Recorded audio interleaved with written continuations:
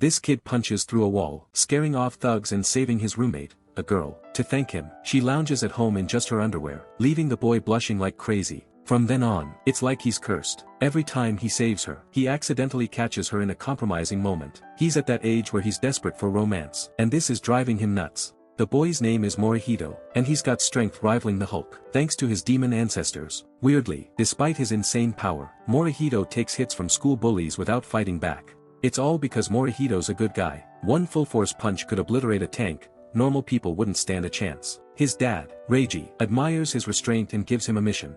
Morihito learns he has to protect Witch Nico, and he's instantly stressed. Nico was his childhood neighbor who loved pranking him with her magic. Things only calmed down when Nico left with her mom, Ibuki, to train at the witch's holy land. Reiji explains that their family, descended from demon-human hybrids, is bound by a contract to protect witches in need. Since Reiji's heading abroad for a long work trip, he's passing the duty to Morihito. He teases Morihito, saying living with a high school girl sounds like a dream.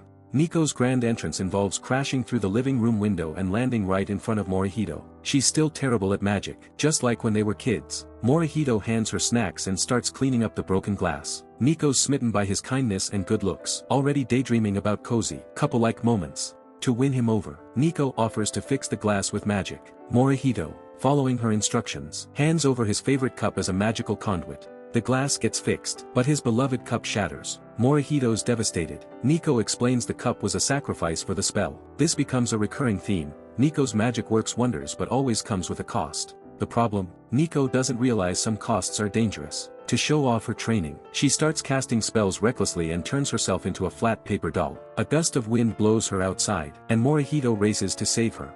Unfortunately, Nico gets stuck in a gap between walls. If the spell wears off, she'll be crushed. Just then, Momota, a bully who's been harassing Morihito since childhood, shows up. Their bad blood started when Morihito protected Nico and hurt Momota, earning a scolding from Momota's dad. Since then, Morihito avoids fighting, but Momota keeps picking on him.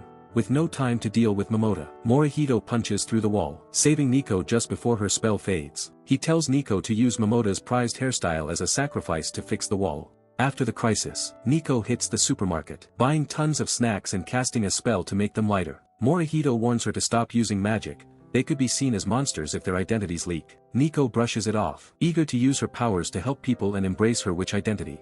Right then, someone needs help. A girl's trapped in a fire. Nico and Morihito hop on a flying broom to save her. But the broom can't handle 3 people. Nico casts a spell to make Morihito lighter. In Japanese, light can also mean flirty. Morihito's personality shifts, and he starts hitting on the rescued girl with lame jokes. Then the spell's cost kicks in, the target becomes heavy. Morihito's crushed. Not only are the snacks heavier, but so is he. His demon blood gives him superhero strength. Yet on day 1, Nico's magic nearly breaks him. That night, Nico tries sleeping next to Morihito. He's taken punches without flinching, but now he's ready to cry, baffled by Nico's lack of boundaries. Reiji once told him Ibuki foresaw danger for Nico within a year, which is why she needs protection. Morihito keeps this prophecy secret to spare Nico's feelings. Compared to Morihito, Nico's downright childish. She's constantly fantasizing about getting closer to him, acting like the heroine of a romance anime. Sometimes, Morihito's urge to bop Nico is stronger than his urge to deck Momota. When the new school year starts, Nico sees all the young couples and dives deeper into her love fantasies. Morihito says he has something to tell her, and Nico's heart races, expecting a confession. Instead, he just warns her to hide her witch identity and avoid magic. Worried about Ibuki's prophecy coming true, their homeroom teacher, Yuri, is a manga-obsessed nerd. Scared her hobby will make her seem immature, she tells the class her interest is dancing. Nico notices Morihito's eraser is tiny while he's jotting down classmates' info. To help, she tries casting a growth spell on it but accidentally hits Morihito's hair. Yuri spots Morihito's wild new hairstyle and thinks he's grown up gone freaks from Hunter x Hunter. Nico tries to undo the spell but hits Morihito's head instead. Yuri, witnessing this, freaks out, wondering if her manga obsession is causing hallucinations. Then Nico messes up again, making Morihito's left arm massive. Morihito finally notices something's off and hides it by facing sideways during his class introduction. He pretends to be a hardcore anime fan, talking to his arm like it's an anime skit to fool everyone. Urged by Morihito, Nico tries to reverse the spell, but when the teacher calls her for her introduction, Nico's spell misfires, hitting herself. Now a giant, she accidentally reveals her witch identity. Morihito notices classmates staring at Nico strangely and worries she'll be ostracized. Surprisingly, after school, 2 girls, Kara and Yurishino, invite Nico for dinner. At the restaurant, some delinquents harass them, but Kara scares them off with her bold attitude. Nico's in awe of her.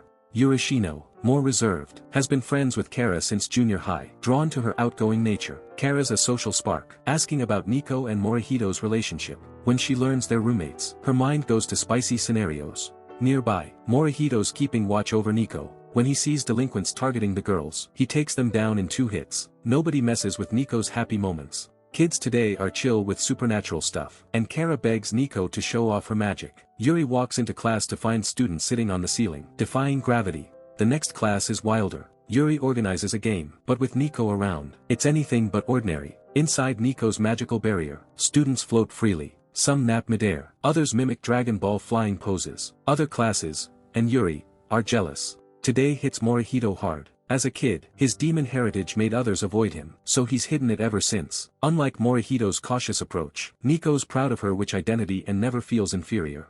Then trouble strikes. A delivery truck, affected by Nico's barrier, starts floating. Morihito catches it as it flies out, a feat no normal human could pull off unharmed. Unable to hide anymore, he admits he's a demon-human hybrid. Nico's optimism inspires him to come clean. The class cheers, thrilled to have 2 superheroes among them. Morihito and Nico's fun new semester kicks off in high spirits. One night, a woman raised her hands and received a prophecy from a book. Her daughter, Nico, would face deadly danger within a year. The woman, Ibuki, a witch, was devastated. She'd never seen such a terrifying vision. Sadly, Nico is unaware of her mother's prophecy. She's too busy living with the school heartthrob, Morihito. To catch his eye, Nico flaunts her charm in pajamas, only for Morihito to call her fashion sense plain and her outfits Sammy. Crushed, Nico decides to use magic to boost her appeal. Nico's determined to win Morihito's heart. She spots a fashion magazine from a classmate and casts a spell to wear its outfits. Instantly, she transforms into an adorable look, until she realizes the magazine only shows the front of the clothes, the back, missing, leaving her in just underwear. Mortified, Nico poses like a wrestler to keep Morihito from seeing her back. When he tries to grab a glass of water, she accuses him of harassment. She manages to show off her charm, but as she heads to her room, Morihito accidentally glimpses her back. Both clueless about romance, they keep stumbling into awkward, flirty moments. Morihito's focus is odd. You'd think he's leaning in for a kiss, but he's just curious about Nico's clothing fabric. While most high schoolers obsess over games, anime, or crushes, Morihito could talk about vintage fashion for days. Nico's exasperated, tempted to use magic to make Morihito as girl-crazy as Shinosuke Noara. But Nico's not one to stay mad, she forgives quickly, which is why Morihito enjoys her company. His good mood fades when Ibuki sends Nico's luggage, half of it manga, along with a letter for Morihito. Ibuki's training to strengthen her powers and fully divine Nico's danger, but her visions are still vague. As Morihito reads, Nico prepares to magically move her luggage. Following Ibuki's advice, he urges her to avoid magic and move it manually. Nico, ever the slacker, uses a splitting spell to create clones for the job. The catch? Each clone makes her shorter, weaker, and dumber. One person could carry a box. Now 4 clones struggle with the same box. Exasperated, Morihito steps in to prevent chaos. After finishing, he's rattled by the letter's next part. Dogs and raindrops will bring Nico danger. Just then, a dog attacks Nico. Morihito shields her, taking a bite to his arm. But this isn't the prophesied danger. Ibuki sent a paper that will only clear its pattern when Nico's true threat is gone. Morihito starts tracking the weather, wary of every rainy day. Unfortunately, rain is frequent. Meanwhile, a mysterious figure watches Morihito's house. Oblivious to the prophecy, Nico insists on buying bread in the rain. Worried about protecting her from afar, Morihito suggests sharing an umbrella. Nico's imagination runs wild, thinking it's a prelude to a confession. He leads her to a secluded spot as the rain stops. Just as Nico anticipates a romantic moment, Morihito yells at a stalker hiding nearby. A figure in a dog mask appears, wielding strong magic. Morihito uses illusions to distract them and rips off the mask, revealing Kanshi, Nico's friend and a Tengu. Kanshi's here for the same reason as Morihito, to protect Nico. Morihito's annoyed. Why didn't Kanshi protect Nico sooner? Worse, Kanshi and Nico act super close, reminiscing about their mountain training days. Morihito grills Kanshi, but gets no answers. Kanshi, hostile, ignores him completely. Morihito provokes Kanshi, hinting they'll fight again if he stays silent. To keep the peace, Nico enchants Kanshi's umbrella, his magic conduit, giving it the ability to speak. The umbrella spills the truth. Kanshi and Morihito's monster ancestors were sworn enemies. Morihito's clan is infamous, featured as villains in Demon Slayer. The Tengu clan, jealous, craves fame. Kanshi's dad, a Demon Slayer fan, thinks even being a defeated villain is fine. raised to outshine his rival. Kanshi wanted to hog the credit for protecting Nico, so he lurked in the shadows. Kanshi plays it cool, calling himself a hero. The umbrella exposes him. He's a mobile game addict who treats underclassmen to meals, planning to skip town before loan sharks caught him. Kanshi was bailed out by a bookie, who recruited him to protect Nico. To bond the boys, Nico makes tea for a chat. While she grabs leaves, Kanshi tells Morihito that a bookie's latest prophecy points to Nico's enemy being at school. Morihito realizes Nico's danger isn't an accident or illness, someone's hunting her. A bookie warned that if Nico learns of the prophecy, her fear could attract dark forces. The problem, Kanshi and Morihito, bound by ancestral rivalry, bicker within 10 seconds of being together. Kanshi's a beast in hand-to-hand combat but loses verbal spars to Morihito, often fleeing in tears. Nico hates seeing her best friends clash, so she casts a friendship spell on snacks, forcing Morihito and Kanshi to eat them. The magic works, the first to eat feels affection for the next. Hilariously, Nico overdoes it. Morihito, eating first, develops an intense crush on Kanshi, turning the anime into a bromance vibe. Since the spell only affects the first eater, Kanshi panics, unprepared for Morihito's apparent feelings. Nico, a fan of boys love manga, eagerly awaits their romance. Kanshi bolts, stumbling across two kids whose balloon is stuck in a tree. Using his Tengu agility, he retrieves it, but drops his enchanted snacks. The kids and their dog eat them, triggering a chain reaction. Each eater adores the next, leading to a bizarre gathering of 4 people and a dog. Back home, Nico confesses the spell's mishap. The doorbell rings, and as she answers, danger strikes. A foe, posing as a delivery person, sends clothes infused with dark magic. Thinking they're from a bookie, Nico is controlled by the clothes and flies into the sky, vanishing. Kanshi stays calm, using magic to enlist crows to track Nico's path. Nico, though captured, isn't scared. As a kid, whenever she got lost, Morihito always found her. True to form, Morihito and Kanshi team up, overcoming their rivalry. Morihito uses Kanshi's umbrella to harness wind magic. Soaring into the sky, he channels his strength into a punch, shattering the cursed clothes, leaving Nico exposed again. Morihito lends her his shirt and inspects the broken clothes, finding no enemy clues. Worse, the danger-indicating pattern remains, meaning Nico's still a target. Kanshi, worried, decides to move into Morihito's house for close protection. The umbrella rats him out, he's just broke and dodging rent. Nico fears more fights, but their teamwork has softened their feud. In days, Kanshi's outgoing nature wins over the neighbors. Everything seems perfect, except for the looming, unresolved danger. Nico, a witch, has blended into her high school seamlessly. Her classmates treat her well, with no prejudice against her magical identity. Maybe it's because they're in high school, and anyone with half a brain knows a witch could zap them into a goblin in another world with a flick of her wand. The school's full of imaginative folks, like Nico's teacher, Yuri, a hardcore anime fan who knows more about popular anime lines and moves than the creators themselves. She overhears Nico chatting with Urashino, a talented artist who loves reimagining manga and has over 10,000 followers online. By chance, Yuri, a fan of artists herself, realizes Urashino is her favorite creator. When Nico suddenly approaches, Yuri panics, not wanting to ruin her cool teacher image, and pretends she's uninterested in anime. Back in her office, Yuri's heart races. She's followed Urashino for ages, and learning her idol is her student feels like watching her own kid ace a test. Lost in her anime-fueled daydreams, Yuri imagines Urashino's artwork, briefly seeing her as a deity. Just then, Urashino drops by to deliver a promotional poster. Alone in the office, Yuri struggles to stay calm, starstruck. The poster features manga characters, and her excitement makes her tremble. Her act doesn't hold up, her desk is littered with manga. Urashino spots a lost anime merch item and shares how much she loves the joy anime brings. Inspired, Yuri drops the facade and admits her passion for anime. Everyone's got their struggles. Take Hara, a boy who asks Nico to use magic to make him less noticeable. In elementary school, classmates mocked him for using the bathroom, leaving deep scars. Now, he's too scared to ask to use the restroom during class, practically bursting from holding it in. Nico gets it, he wants to slip away unnoticed. Nico casts a spell to lower Hara's presence, but it requires holding a specific gesture. It works. When Hara's stomach cramps unbearably in class, he makes the gesture and bolts to the bathroom with an odd gait. Unfortunately, he runs into the sharp-eyed gym teacher patrolling the halls. Luckily, Morihito distracts the teacher, giving Hara a chance to reach the bathroom stall, but there's a new problem. Keeping the gesture means he can't pull down his pants, and using his hands breaks the spell, alerting everyone he's gone. The bell rings just in time, and Hara springs into action. 3 boys enter the bathroom, but unlike his elementary tormentors, they don't mock him. This experience makes Hara braver. He no longer needs magic to ask to use the restroom.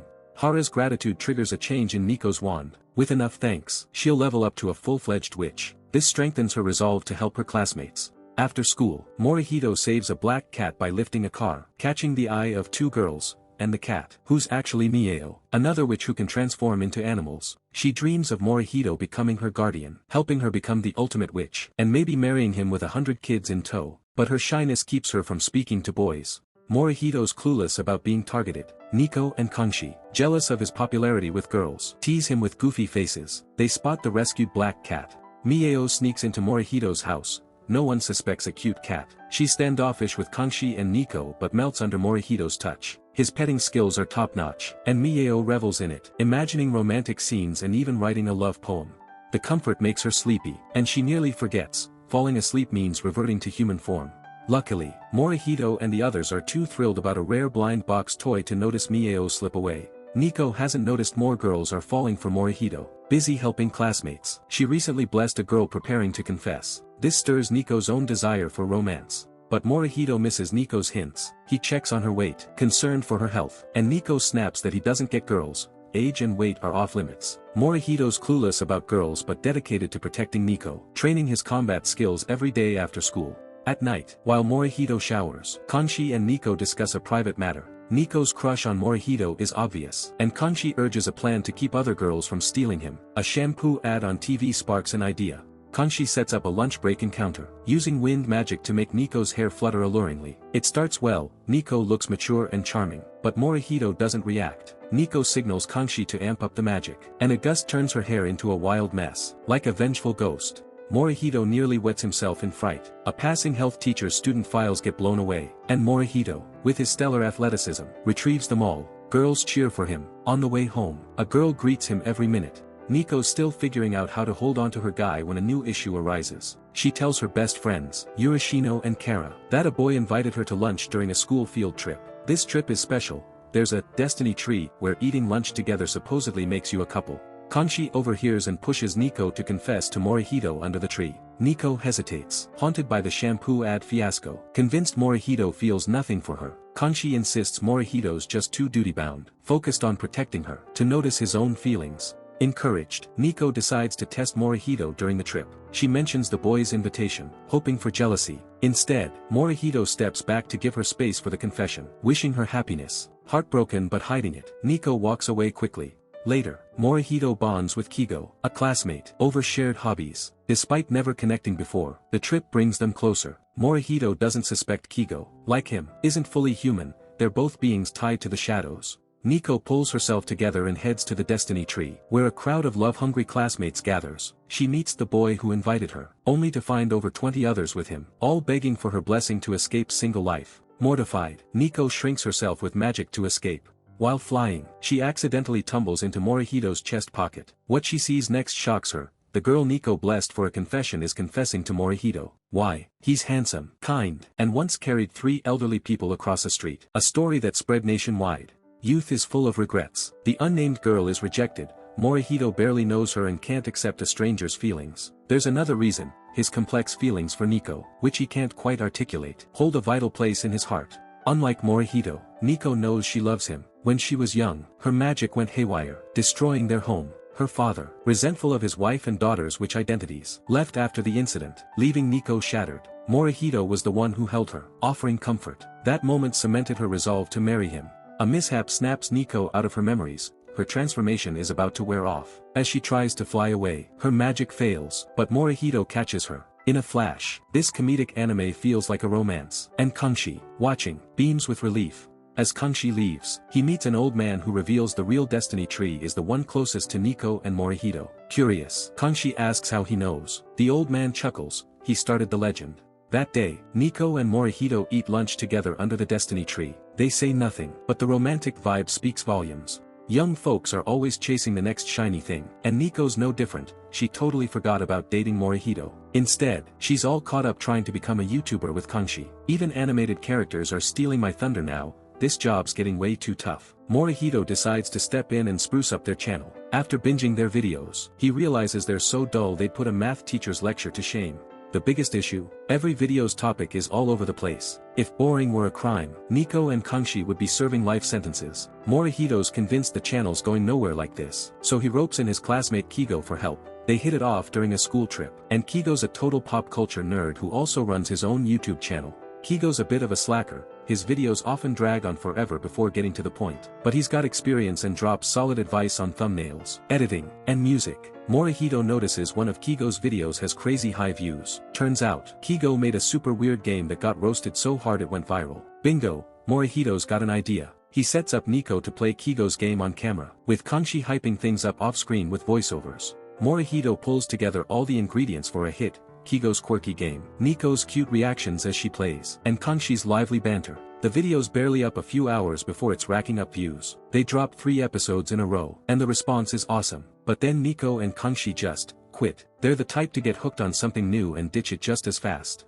Nico's heart is more into spreading joy, and soon enough, she gets her chance. Suzuka, a classmate who's got it all, great grades, perfect family, has her own struggles. Outside of academics, she's got zero talent. She comes from a big family, and her grandma's super strict with the kids. Suzuka's got a tea ceremony exam coming up. If she flunks, she'll be stuck practicing tea ceremony non-stop, with no time for dating or enjoying her youth. Nico knows Morihito's a quick learner, so she uses her magic to sync Suzuka's body with his. The plan: Morihito masters tea ceremony in a flash, and during the test, he'll do the moves in another room to guide Suzuka. Problem is, Suzuka's grandma moves the test up a day early. No time for practice. They wing it, and it's a disaster from the start. Morihito's stronger than Suzuka, so his synced movements make her look totally awkward. Then he chokes on some food, and Suzuka ends up spitting pastry all over her grandma's face. When it's time to sip tea, their height difference leaves Suzuka with tea dripping down her chin, super ungraceful. Grandma's verdict: fail. But then, a twist. A bee buzzes into the room, and Grandma's terrified of bees. Morihito's fighter instincts kick in, and he makes a slick catch. Suzuka, synced with him, snags the bee in a move so cool that Grandma's impressed. That badass moment saves the day. Suzuka passes the tea ceremony test. Morihito can help Suzuka, but Kanshi, not so much. Kanshi, the Tengu, still hasn't gotten the hang of human world rules. He's burning through cash and can't pay Morihito for living expenses. To whip him into shape, Morihito forces Kanshi to take a part-time job at an amusement park. During the interview, Kanshi shows off his insane jumping and balance, demon-level athleticism, after all, and lands a gig playing a hero. But rehearsals, total disaster. The director regrets hiring Kanshi the second he opens his mouth. If Kanshi spots a performance he doesn't like, he has to speak up. Cue constant interruptions as he bickers with the director over the script. Things hit peak chaos when Kanshi sees a girl playing a coworker 1 second and transforming into a monster the next. He loses it. This plot's wilder than the most out there Japanese anime. It gets worse. After Kanshi takes down the monster, the director informs him the monster's just the commander, not the main villain. He's supposed to fight the henchman. Kanshi keeps screwing up, and the director warns him, stick to the script, or no paycheck. Kanshi's ready to give in, but then he learns the original hero, an older guy, sprained his ankle, which is why Kanshi's filling in. The guy's son is coming to the park today, and if the performance flops, the kid'll be crushed. Kanshi, who grew up with his dad, gets it, a father's a son's role model, and breaking a promise hits hard. So Kanshi hatches a plan. He swaps costumes with the injured guy, playing the monster. Kanshi rewrites the script on the fly, flopping dramatically after a light kick to make the older guy's hero look epic without straining his injury. The kids eat it up, loving the show. The director, not so much. Furious about the script change, he docks Kanshi's pay. Morihito, though, doesn't bug Kanshi about the rent. He respects how Kanshi stepped up for the guy. But Morihito's leniency won't last forever. Kanshi needs cash, so he takes on a bunch of tedious at-home jobs. They're mind-numbingly dull, and Kanshi can't stand it. At his request, Nico suggests a speed-up spell to blitz through the work. There's a catch, though. The spell lasts 3 days, can't be undone early, and cranking it to 10x speed might break your mind. Kanshi, cocky as ever, thinks his Tengu toughness will handle it and goes for 10x. Big mistake. His nightmare begins. He talks so fast no one understands him, but that's worse is how slow Else looks to him. Nico and Morihito's voices drag, their movements warped like something out of a horror flick. I've watched anime at 4x speed before, but only for short bursts. Kanshi's stuck like this for 3 days. It's brutal to think about. To cope, he hides in his room to work, avoiding Nico and Morihito's creepy slow-motion vibes. But here's the kicker, Nico's spell only speeds him up, time still crawls. 3 days feel like 30 to him. He tries slowing down to talk to Nico, and she speeds up to match, but their chats are still a mess. Kanshi's spiraling, living in his own personal hell. Every half hour, he eats a meal, 5 hours in his warped perception. Good thing he's got that Tengu durability, or his stomach would have given out. Every second drags like an eternity. Morihito calls in Kigo to help. Kigo suggests recording Kanshi's voice and slowing it down to understand him, but he hasn't had time to test this method yet. Kanshi suddenly brings a surprise, putting in tons of effort to slow his speech enough to be barely understandable clear enough to hear. He thinks things are turning a corner, just survive until day 3, and the magic's gone, but when the magic finally wears off, he's so used to slow-mo that normal speed throws him for a loop. Not long after Kanshi's ordeal, Kara shows up asking for help. Kara's mom passed away from illness, and she found out her dad shredded letters her mom left behind. Kara's desperate to know what they said, but her dad shuts her down. She's overheard relatives gossiping as a kid, hinting she might not be her dad's biological daughter. Kara suspects the letters held the truth, explaining her dad's touchiness. Nico decides to use a restoration spell on the shredded paper, but first, they need to separate the letter scraps from other junk. Seeing Nico and Morihito meticulously sorting through the mess, Kara's touched and joins in.